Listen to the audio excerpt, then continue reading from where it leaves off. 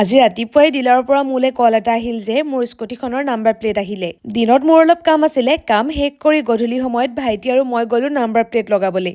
আজি আকৌ ঘপককে মোৰ স্কুল ফ্ৰেণ্ড দুজনীক লগ পালো নহয়। কিমান দিনৰ মূৰত যে সিহঁতক লগ পাইছো, বহুত সময় কথা পাতিলো। তাক লগত লৈ টাউন আহিছো আৰু সি একো নোখোৱাকে ঘৰত যাব, সেইটো কেতিয়াও হ'ব নোৱাৰে।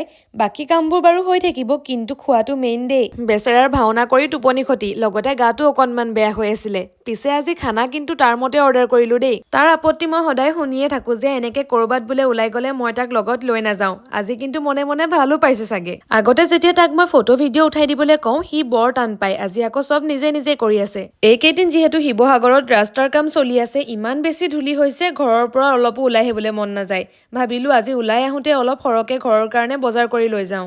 আৰু মোৰ ভিডিঅ' ডেইলি চোৱাসকলে চাগে গমেই পায়, বজাৰত সৰহকে পাচলি দেখিলে মোৰ কি অৱস্থা হয়। আজি আকৌ এগালমান পাচলি কিনি আনিছো দেই। আজিলৈ ইমানেই আছিলে। ভিডিঅ'টো শেষৰলৈকে চোৱাৰ বাবে থেংক ইউ।